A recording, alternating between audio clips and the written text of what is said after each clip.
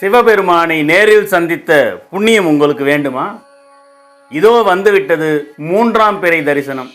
மூன்றாம் பிறை தரிசனம் என்றைக்கு வருகிறது? எந்த நேரத்தில் வழிபாடு செய்ய வேண்டும்? எப்படி வழிபாடு செய்ய வேண்டும்? வழிபாடு செய்வதால் என்னென்ன பலன்கள் என்பதைத்தான் இந்த வீடியோவில் பார்க்க போகிறோம். மிஸ் பண்ணாமல் பாருங்கள். இந்த மாதத்திற்கான மூன்றாம் பிறை தரிசனம் என்றைக்கு வருகிறது அப்படின்னாக்கா 14/8/2026 வெள்ளிக்கிழமை அன்று வருகிறது.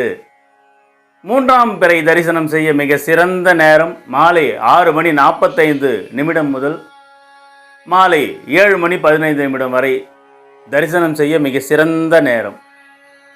வானத்தில் எந்த இடத்துல மூன்றாம் பிறை தரிசனம் தெரியும் அப்படின்னாக்கா, மேற்கு திசையில் உள்ள வானத்தில் அடிவானம், மேற்கு திசை அடிவானத்தில் மூன்றாம் பிறை தரிசனம் தெரியும். ஒருவேளை அன்றைக்கு மேகமூட்டமாக இருந்து சந்திரன் தெரியவில்லை என்றாலும் அந்த திசையை நோக்கி நீங்கள் வழிபாடு செய்யலாம். அந்த பலன் அப்படியே உங்களுக்கு கிடைக்கும். சந்திர தரிசன வழிபாடு எப்படி செய்யலாம் அப்படின்னு பார்க்கலாம். ஒரு தாம்பூல தட்டில் பச்சரிசியை நிரப்பிக்கொண்டு அதன் மீது ஒரு அகலில் நெய் ஊற்றி பஞ்சுத்திரி எடுத்துக்கிட்டு வீட்டை விட்டு வெளியே வாங்க. மேற்கு திசை அடிவானத்தில் சந்திர பகவான் தெரிவார். அங்கு அந்த தீபத்தை நிலவை பார்த்தவாறு ஏற்ற வேண்டும். நெய் தீபத்தை ஏற்றி ஓம் சந்திரமௌலீஸ்வராய நமக, ஓம் சந்திரமௌலீஸ்வராய நமக, ஓம் சந்திரமௌலீஸ்வராய நமக என்று 18 முறை கூற வேண்டும். சிவபெருமானையே நேரில் பார்ப்பது போல கற்பனை செய்து, சிவபெருமான் அங்கு இருப்பது போலவே தரிசனம் தருவது போலவே கற்பனை செய்து வழிபட வேண்டும். பிறகு அந்த தாம்பூல தட்டில் உள்ள நெய் தீபத்தை அப்படியே உங்கள் வீட்டு பூஜை அறைக்கு எடுத்து வந்து பூஜை செய்ய வேண்டும்.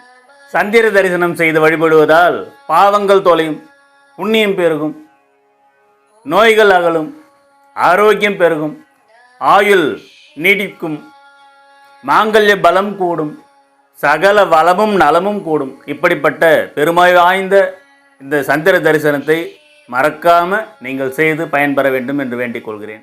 உங்களுக்கு நன்மைகள் ஏற்பட நம்முடைய சேனலை சப்ஸ்கிரைப் பண்ணுங்கள், லைக் பண்ணுங்கள், ஷேர் பண்ணுங்கள்.